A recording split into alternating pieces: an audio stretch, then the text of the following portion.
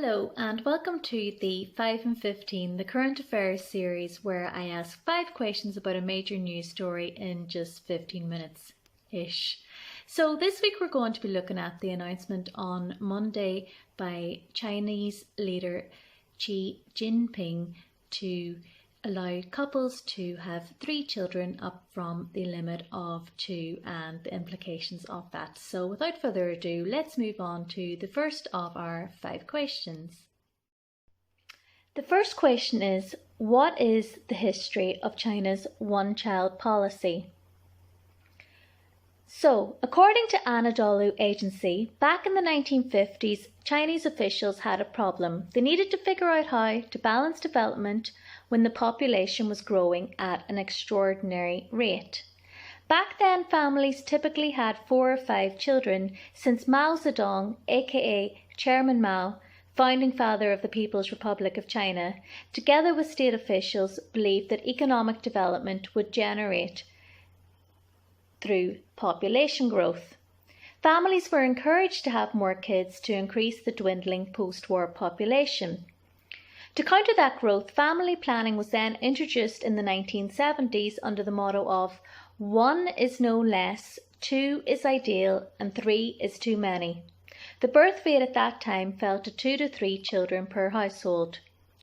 One-child families were first encouraged in some areas in 1978 by Chinese leader Deng Xiaoping, although strict enforcements did not begin until 1980 after a decade-long 2-child policy, according to Wikipedia. There were, of course, penalties for disobeying the rules. Punishments differentiated according to region and development rate. In rural areas, a 3,000 yuan aka $460 fine for every other child existed, while the penalty rose to 30,000 yuan in big cities like Beijing and Shanghai. More serious than just the financial concerns, of course, were the social stigma. Those who violated the new policies could also face unofficial social and political sanction. In some cases, families just were driven to not registering newborns at all. Those caught were publicly shamed and punished. Many lost jobs. Many mothers were forced to be sterilised or have abortions. Punishments organisations such as Amnesty International classified as torture. Simon Denyer for the Washington Post reported China's controversial one-child policy was partially relaxed in 2014. Under the new rules introduced then, couples in China were allowed a second child if either parent was an only child themselves. Rural couples could have a second if their first child was a girl. Then, the first day of 2016 marked the end of China's controversial 40-year-old one-child policy. In 2016, the BBC reported that although families would still require government-issued birth permits or face the sanction of a forced abortion, couples in China could then request to have 2 children.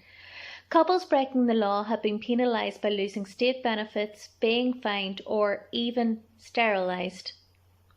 But the ageing population, coupled with one of the lowest birth rates in the world, prompted the change in policy in 2016. So that leads us on then to question 2. What impact has the one-child policy had on China's culture? So first off, I'm just going to start by saying that this is obviously an absolutely massive question. I only meant to have 15 minutes to do this entire video, so I'm not going to be able to cover everything, and I'm going to have to race through this a little bit. So I'm mostly going to be looking at the impact on women here. So I'm going to refer to an article in Independent Lens and Beyond the Films, which looks at a film by director Nanfu Wang called One Child Nation. And in this, the director says that I grew up seeing reminders of the policy everywhere, all of them blended into the background of life in China. So this is obviously talking about the impact that the propaganda of the one-child policy had on people's views towards families, and obviously one child became the norm. So, in the film, Wang interviews her mom, Zayodi Wang, who says, "At the time, ultrasound gender tests were not allowed. When I was about to give birth to your brother, your grandma put a bamboo basket in the living room and said, 'If it's another girl, we'll put her in the basket and leave her in the street.'" So that was actually, well, I don't know if it's correct to say it's not uncommon, but it did happen that some families would abandon female babies in public spaces in the hopes that the baby would be adopted by another family. That was the case as elders in China often could reach retirement age without the necessary pensions or funds for healthcare. So sons were an investment towards retirement effectively, because in Chinese culture the bloodline is passed down through the male side. Women are thought to marry out of their birth family to join that of their husband's family and care for the in-laws. So, it's absolutely tragic. Abandoned babies would often die. Sometimes babies would be trafficked by orphanages and adopted to wealthy families abroad. In the US, nearly 3,000 Chinese children were adopted in 2012. Wei Huang, in a report by ISA World of Labour, states that the sex ratio at birth, i.e. males to females, increased by 0.2 over the course of 25 years, from 0.95 in 1980 to 1.15 in 2005, a phenomenon called missing women by Amartya Sen. So again, that was obviously the preference for the male child. They were actually parents were able to have the ultrasonography technology, and they were able to choose abortion instead of having a girl if that was what they wanted to do. And I found a useful report on this by Avery Rasmussen on the perceived mental health effects of China's one-child policy. So maternal mortality decreased 50-fold from 1950 to 2005, and having fewer children allowed women more independence and enabled them to elevate their status in society and the workplace.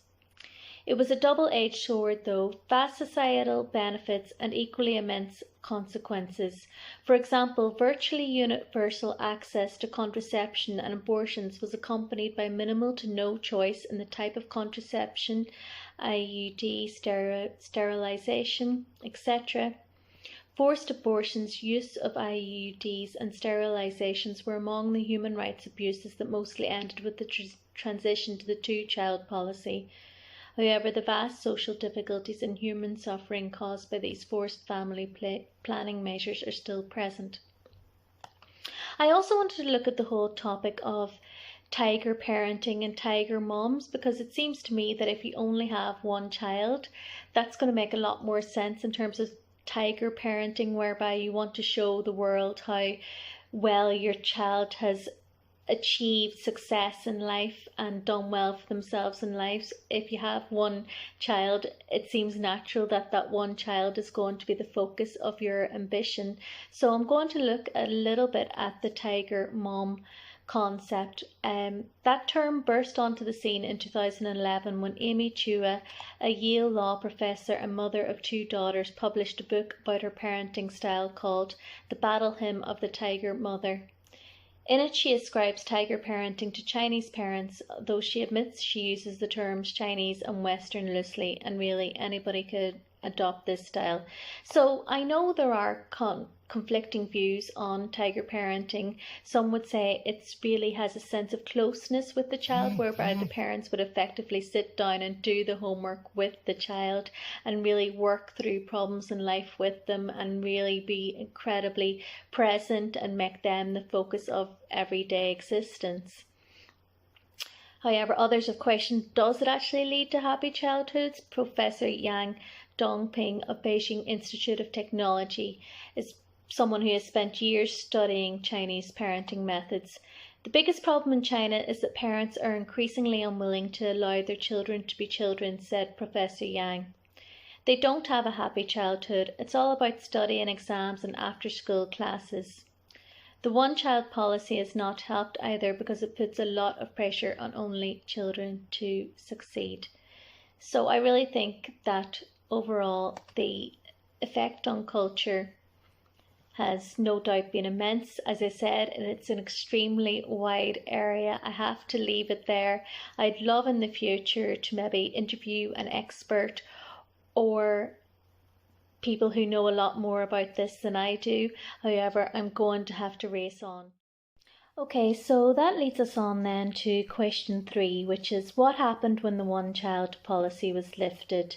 For this answer, I'm going to refer to a 2019 Guardian article by Lily Kuo and Zhuing Wang. I am going to speed up the answers a little bit here, as this is a video called 5 and 15, not the 5 and 50 minutes. Okay, so basically it appears to be a case of too little, too late. Birth rates have fallen and are likely to continue to drop as parents decide against having more children. More young women are pushing back against state propaganda and family pressure, while improving education standards and income levels have delayed marriage and childbirth. Decades of the one-child policy have made single-child households the norm, experts say. So again, it's going back to question 2. Basically, if you have one child who is the light of your life and you put huge expense and stress and care into making sure that they have the best music lessons, the best of everything, the thought of having another child and having the expense of bringing them up to the same standard of care is going to be stressful, and you're probably going to think you're not going to be able to afford it realistically. So that brings us on then to question 4, which is how severe is China's demographic crisis? China should have stopped the policy 28 years ago. Now it's too late. That's according to Yi Fuxian, a senior scientist at the University of Wisconsin in Madison. Again, apologies for the pronunciation as always.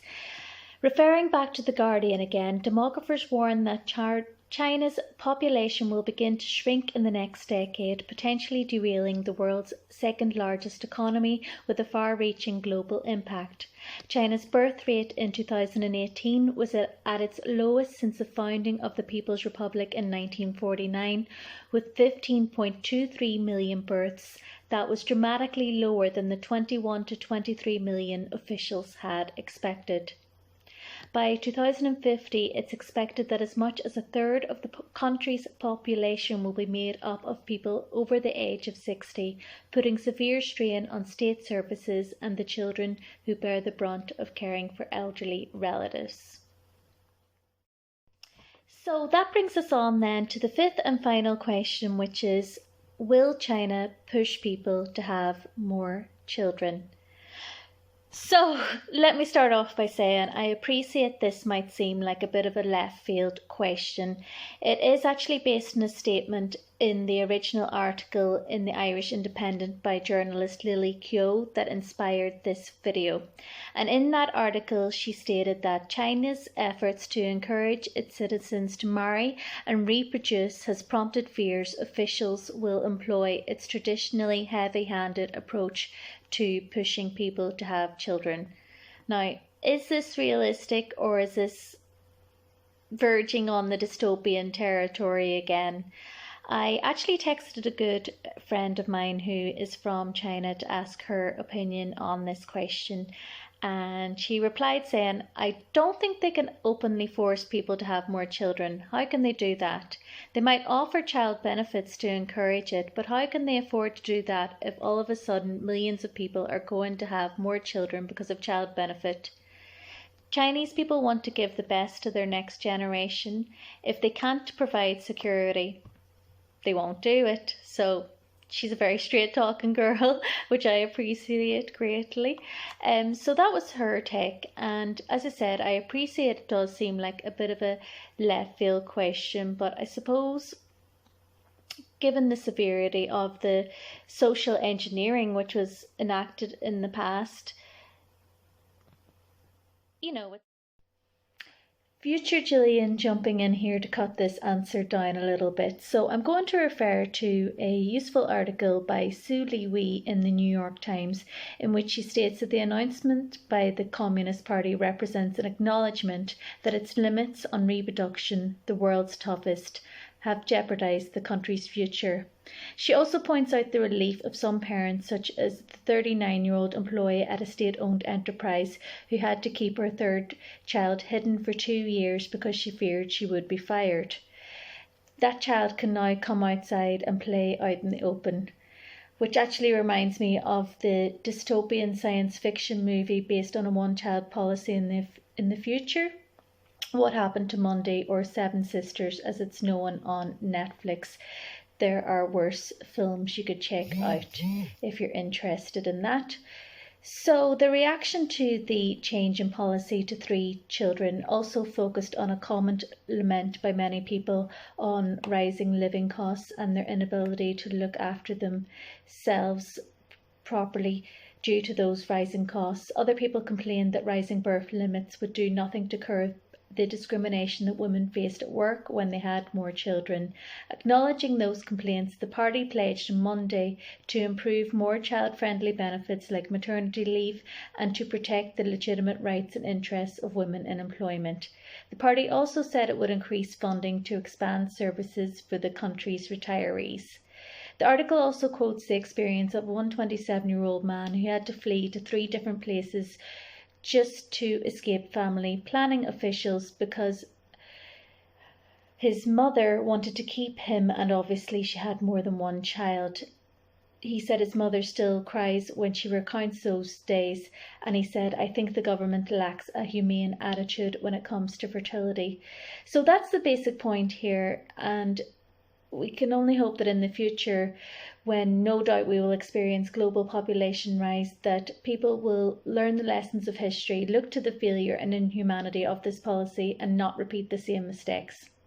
In Ireland, we recently repealed the 8th Amendment to allow abortion and women to have autonomy over their own bodies, which the one-child policy also flagrantly dismissed.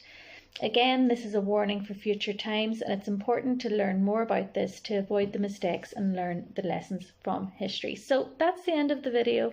Thank you very much for watching. Any comments, questions, or anything to say at all, just leave a message down below and I will get back to you. Thank you.